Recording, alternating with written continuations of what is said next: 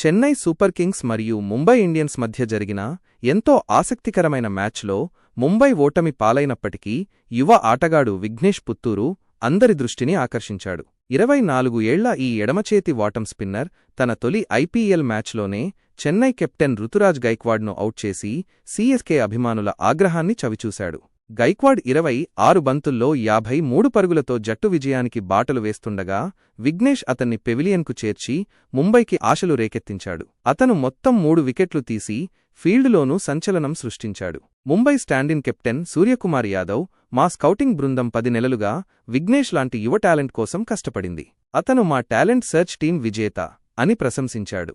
విఘ్నేష్ కేరళలోని మలప్పురం జిల్లా పెరింతల్మన్నకు చెందినవాడు. అతని తండ్రి సునీల్ కుమార్ ఆటో డ్రైవర్, తల్లి బిందు గృహిణి. సాధారణ నేపథ్యం నుంచి వచ్చిన విఘ్నేష్ చిన్నప్పటినుంచి క్రికెట్ పట్ల మక్కువతో స్థానిక కోచ్ విజయన్ వద్ద శిక్షణ పొంది కేరళ తరపున అండర్-14, అండర్-19, అండర్-23 టోర్నమెంట్లలో ఆడాడు.